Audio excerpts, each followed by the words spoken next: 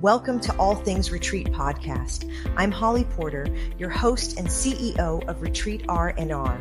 With over 25 years of experience in designing transformative retreats, I'm here to share insights and inspiration to help you create extraordinary experiences. Whether you're a pro or just starting out, you'll find valuable ideas here. Enjoy the ride. Let's dive in. Hi, everyone. Welcome to the show today. We're going to be speaking with Tiffany Alexander. She embarked on a real estate investing journey in 2000 and has employed a wide range of strategies, including short sales, tax liens, and flipping multiple family properties. However, over the past 8 years, her focus has shifted primarily to promissory notes investing. Tiffany specializes in buying notes and investments and employing specialized investment strategies to maximize gains for herself and her clients. She has assisted over 1,000 people in the real estate field to identify and achieve their investment objectives through real estate and note investing. Tiffany's a devoted wife and mother who never stops working. She has been married to John since 2013 and is blessed with 2 lively daughters who keep the household buzzing. Tiffany and John aspire to raise their daughters to be impactful adults who contribute positivity to society. Welcome to the show, Tiffany. I'm so excited. Thank you. Get myself tongue-tied there. Well, I'm glad to have you here because this show will be a little bit different, speaking with retreat leaders, possibly retreat venues, or aspiring to be, both of those. So as you speak to them, I'm excited to have something a little bit different of a twist. Of course, I've been a real estate broker for 20 years. It's right in my realm of things too. And so I love that we're bringing you on. So thank you. I can't wait. I love sharing all the real estate secrets for what this could look like for retreat leaders. That is so true. Well, I love one thing. So Tiffany and I are, and I can't speak today. Tiffany and I are pretty new friends, but we've had quite a few conversations, and she's just one of those people that you're like, I feel like I've known you forever. And I know she has that tie with a lot of people because she's just a good hearted, kind person. And oh my gosh, she told me she talked to 32 people last week. So you can imagine how much, she never does stop working. Her brain probably is just going all night long. Do you ever sleep? Yeah. I actually sleep well. I think that's how I can get so much done in the day. Yeah, sleep's a big thing. We've had a sleep person on here before as well in one of our shows. Can't remember what number, but they say you should get 10 hours a night. I don't know very many people that get 10 hours. I once in a while do, and it feels great when I do.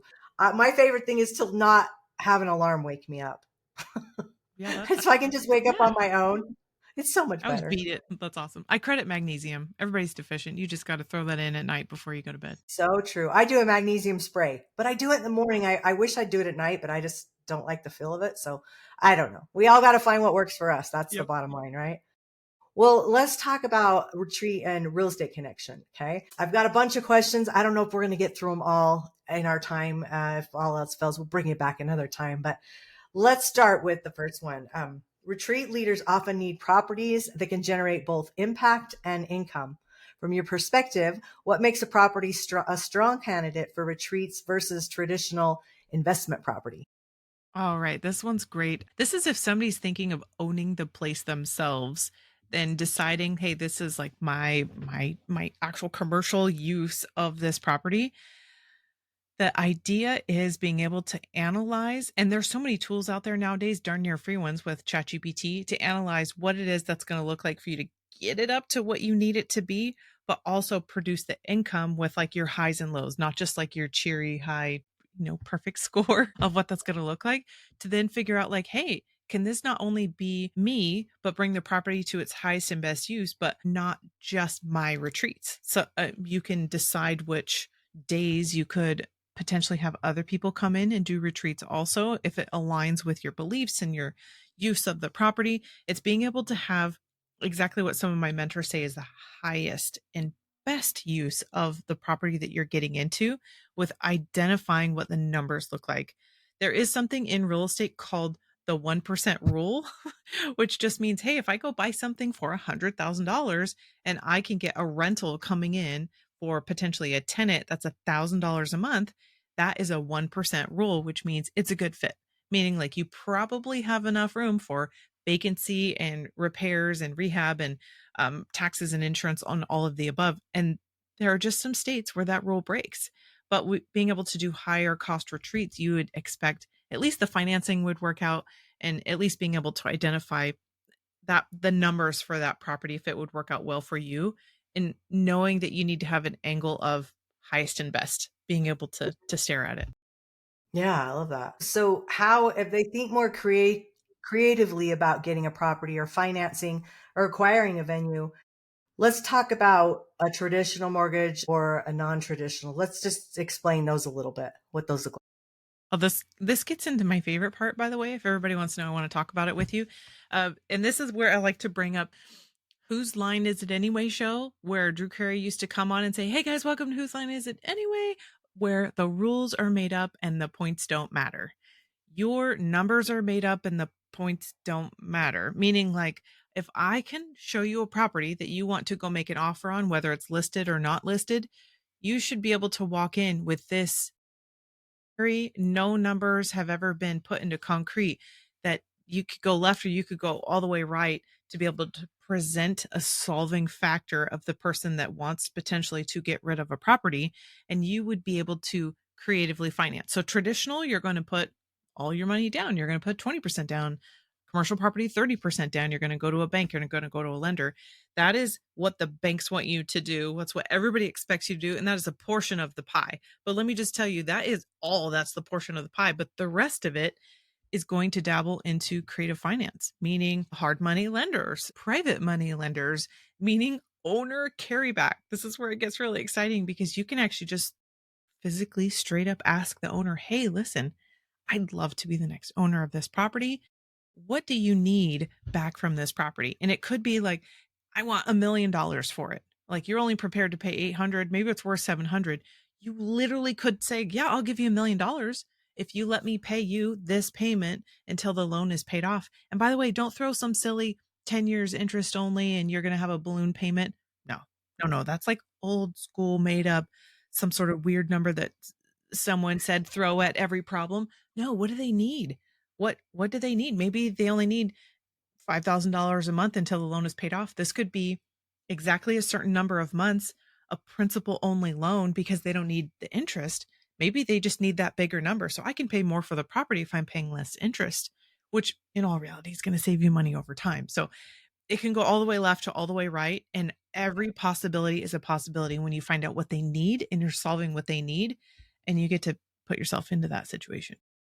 I love that. And I think people just don't realize, they don't think outside the box enough with lending. And everything's negotiable. I have to think that about everything in life, not just in real estate. Really, if you want something bad enough, I bet you can get a deal on it. Somehow there's a way you can figure it out. Oh, yeah. I know promissory notes, after you doing a lot of real estate type flips and things like that, have been kind of your sweet spot. Can you explain to our listeners? Because a lot of them may not even understand what I know. I didn't for years. I took lots of note classes and learned, but I love this idea. So talk about what a note is and how it could support building some long-term wealth. I'm going to go down to the very, very basics, meaning like, what's the original note that you know what it is? And I keep this here. This is my business checkbook. This is a note. I promise that I'm going to pay someone something on a certain date, a certain amount, certain time, and I'm going to exchange that. So it's the exchange of the agreement with the payments that are going to come to fruition. Most people, when they think of a note, easily they know, oh, a car note, a car loan. And so the agreement could be written on the back of a cocktail napkin. It's a note and it's valid and will hold up in court. Now, there are legal reasons and not legal reasons of what you can say and do and promise. But as far as the note space, I fell into the note space because I was already doing real estate investing. And then I realized when the banks originated, or even hedge funds or mom and pops or neighbors originated notes between themselves, that is now an asset in and of itself that's usually filed against the property in a certain lien number position. And that asset could be sold. So that's when I tell you, go creatively finance, ask someone to carry back a loan. It's a very legitimate thing. And there's very common paperwork that's available to people, that if you're saying, I'm just going to ask somebody to be the bank for me, yes, you don't have to invent up that paperwork. There are people that are specialists in this space that can provide you what that paperwork is. So that way you guys are just figuring out the numbers and we get the nitty gritty down to what the county wants. Well, and there's a lot of people with cash and they're looking for different options of what to do with it. Go to somebody who you know might have some cash and have them be your bank. But even better, if you could personally be the bank, that's really where you're going to make the money. Because think about all the interest you pay on a loan over 20, 30-year period of time. It's a lot of money. Or even creative resources to be able to utilize. Like some people forget, well, gosh, I could pay myself the interest if I had a Yes. 401k or a self-directed IRA that I could be the bank on something like this because it is an asset that you Yes. can, and meaning not just the property is the asset, but the documentation, the paperwork is the asset itself too. That just reminded me in real estate when a lot of people don't realize if they have a big 401k, you're getting ready for retirement, or even if you're not, if you have a lot of money sitting in there, you can actually go buy a property. It has to be some kind of an investment property and you can't manage it or anything. You have to have a management company, but you buy it out of your 401k. And so all that interest is just going right back into your 401k for you later. I don't think a lot of people realize that's a thing. That's exciting, that people can do that because there you're making the interest off of money you have sitting there that you just thought you couldn't touch when you actually can touch if it's structured correctly. Absolutely. And a lot of this information, believe it or not, if you knew how to dig for it properly, is freely available on the internet. So it's like, how do you just talk to someone really quickly on bouncing an idea back and forth to decide what this looks like? You just gotta go, you gotta know a guy. And if I need to be your guy, you just reach out to me and let me know. We'll figure it out. By all means, a lot of AI could be your guy. Hey, find me the top reasons why, or the top this, or I'm looking to do this. Tell me creative resources that I hadn't thought of yet and let it bring it to you. And it will, and you'll be amazed at what information's out there. I love it. I used to say Utah. I'm in Utah. YouTube University was your best source, and now it's of course AI. But you can still learn a lot on YouTube University as well. Okay, so let's move back into retreat leaders. Let's say they're renting venues and they are thinking, how could I ever own my own? And how could I ever have this property become mine? Or they know something's for sale and they're drooling over wanting ownership. What are your suggestions for people in that situation?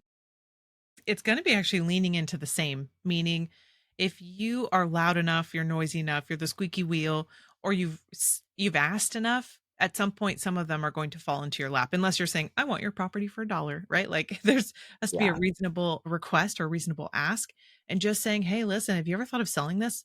Let me know. I'd love to buy it. And you can even go as far as to write a single page letter that's not an offer, but it's called an LOI, a letter of intent. You can just say, hey, I intend to make you an offer. Have you ever thought about it? So that way you don't have to go through the entire process of filling out, like in California, 19-page offer for someone, but being able to say, hey, I intend to make you an offer. Would you ever consider it? So that way a single sheet of paper, a fax, or an email could literally get you in a conversation to ask someone, hey, would you ever consider selling this? I'd love to find out what your number is.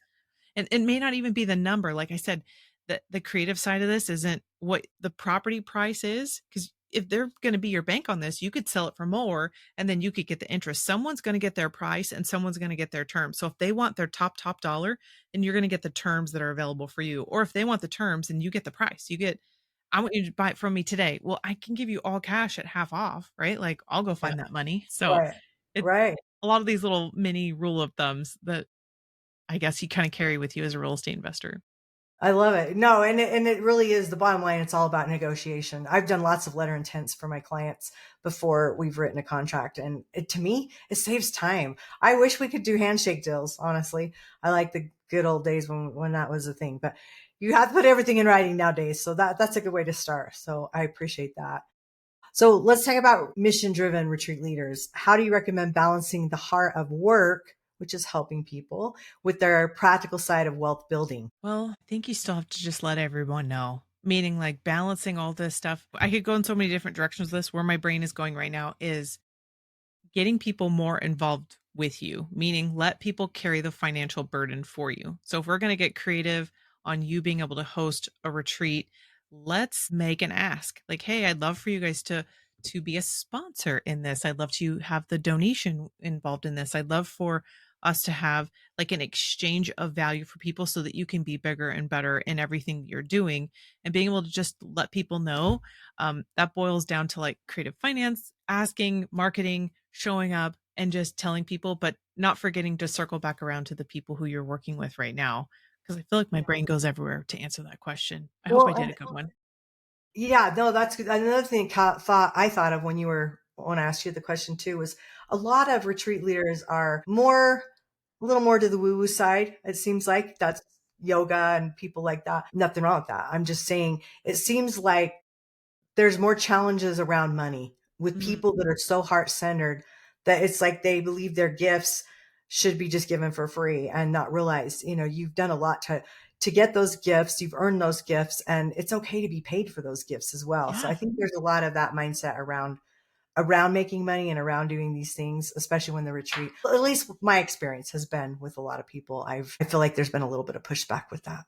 A tiny bit. I do also have to constantly read stuff that's like affirmational to me, meaning Yeah. like there are gifts that you've been given, there are talents that you have in exchange for your talent that you should be able to charge for that. Meaning like I've got my 10,000 hours in real estate and I just should go around giving all of the advice and everything I've been giving for free and writing contracts for people. No, I mean there are charitable efforts of what can happen maybe potentially in your spare time, but you now have something that someone does not have, and you're now hosting this thing that by golly, your time is valuable. And the gift that you've been given is what you now have the ability to charge for. And if they had it on their own, they could go do it on their own. They need you in this time and space. And so you should be able to be respecting of yourself and your time to understand you have to pay yourself to do the things that you're doing right now. And then there's a time and a space for the charitable aspect of it too. Absolutely. Yeah, I agree with you 100%. So you've helped thousands of people in real estate.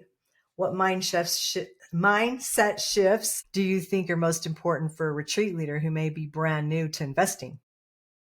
Ooh, man, there's so many, but the first one I thought that I popped up of genuinely was, getting to know people, meaning, like, I love networking. I think everybody doesn't love networking, but if you're letting people know what it is that you do by putting yourself out there and by getting this warm market of people to say, "Hey, I care about you enough. Here's what it is that I do." Also, by the way, to not be scared to ask, and that's a part of the real estate thing that people need to know do intensely too, is showing up and making the ask. And so it's like, I also think that you might know people that know they need something that I'm doing. So it's okay for you not to just ask someone that you're networking with, but being able to ask if they know anybody that they would be willing to refer me also, because genuinely, if somebody came to ask you for a referral, you would give it to them. So I don't want you to shut yourself down to not be able to make that ask too, because if you flip flop the shoes, you would say, "Of course, you could come to me and ask for a referral." Worst case scenario, all I can say is, "Oh man, I don't have anybody." So just don't forget that generally most people are going to be kind on the ask of that on the other side too. Yeah. And the other thing I would add to that, have something to ask for. I Ooh, think a lot of people get in that giver stage and they're just giving, giving, giving, and they don't think about like, what is it I need? And then be really clear on what you need. So when you ask, it's clear because confusion just makes everybody shut down. yep. Yeah, I love that. So any other mindset tips you can share with retreat leaders specifically? My favorite one, honestly, and it's a quote really from Bruce Lee. The master has failed more than the beginner has ever tried. And that just means if you're starting a brand new thing or you're an old dog that say you can't learn new tricks, you have to continue to show up. And a part of the showing up is making the ask. A part of the showing up, a part of the doing, a part of the trying a first retreat and you get zero people that are coming to the first one and then you get one or maybe you get 10 or maybe you get 100. I'm not sure what the number is for you, but if this is you talking to yourself and this is your true calling and what it is that you want to do with the gifts that you've been given that you've honed, you have to just continue to lean forward in it and trust that what it is you're doing right. And then being open to the advice of the people that are going to keep you hopefully on the right path where you're at. But the first failure wasn't really a failure, it was a learning experience. And the second failure, and whatever it is, they're never failures. It's the learning experience because now you know what not to do for that one and what you're going to And then do right quit for the next repeating one. it. Yeah, that's true. That's true. Realize that you did just have a lesson and quit repeating it. That seems to be my lesson from the lesson. So, Tiffany, tell us if someone was to ask you, what do you do? What do you say? For me personally, my favorite thing to tell people is, man, I am a real estate investor because I dropped out of college and I fell into the space, but it turned me into a note investor, which then mentors pushed me to be this note investor now. And then I realized that isn't the end of my story. It was actually the beginning of my story, because I actually have the ability to impact thousands of people by helping them be saved from a poor mortgage choice. Something bad happened to good people. And so what I am right now, I am a lender with a heart, or a collector with a conscience, if you may. And that has turned me into this person that is leaning heavily into this note space, where I get to go in and show people creative finance and potentially save people in a spot where they are with their home. But also, the little side trail of all of this happening has turned me into a podcaster and a super connector. So if people are just thinking to themselves, I just want to pick your brain for a second, and there's no particular topic, I'm in. Like, I'm in. If you think right now you're listening to this and you're like, I just want to know you, I probably need to know you, because there's something that I need to pour into you as an encourager. I love that. And I'm going to get personal. I'm just going to brag about you for a minute. So I had a client that I had a house listed that was in foreclosure for quite some time, and the date was coming and the clock was ticking and we weren't getting offers, and it was priced way under market, and it was a newer house, tons of equity in it. Tiffany, that's when we kind of met, and she just said, let's talk. Let's see if we can get on the phone to our mortgage company. So you took the time to do that with her. And it wasn't self-serving on your part, because it could have been something that you could have helped her to get out of and took the loan and had equity and known it could have been a good situation. But instead, you got her mortgage company to revisit the whole loan. And now she's out of foreclosure, and we're still waiting to hear the final result, but it sounds like they're going to work with her. So if people are in that kind of situation, again, goes back to the whole thing that I said, everything's negotiable. There's always a way. And I appreciate the fact that you did that for her, not being self-serving. So that, I mean, she'll probably send you clients down the road just because of that. And I think sometimes you have to give to get, and don't do it for that reason. It's just all about the being in service to other people and figuring out a way that what you know can help someone else. I love that about you. So thank you. It's really what would you say? Like, it's my privilege to be able to be gifted the things that I know and be so freely and open to be able to give them. And I can Rolodex them out of my brain and say, let's try this. Let's solve this. Like, I love that. So that's why I said, if you want to meet with me, there's some sort of reason. Let's go. Let's talk about that. How would they go about getting a hold of you? What's the best way? We will post some show notes with information that you gave us to share, but what would be the best way? Just saying it on air. Oh, well, my favorite way is to find me on LinkedIn under Tiffany Alexander. And if you're like, well, there's a few of those, you can find my podcast, which goes straight to my booking page, is Unveiling Journeys with Tiffany Alexander. And then the fund that I own where we buy these mortgages, my calendar link is right on there on aspensagefund.com. Okay, real quick. Would that be mortgages if someone was looking for maybe a retreat venue and knew something was in trouble or somebody wanted to get out of it? In that situation, would that be something they could contact you about too? I am open to all of those conversations, because if I don't have an answer, I bet I have a guy. I've got a referral to you for someone. We could figure this out. Yes, you do. I will admit that.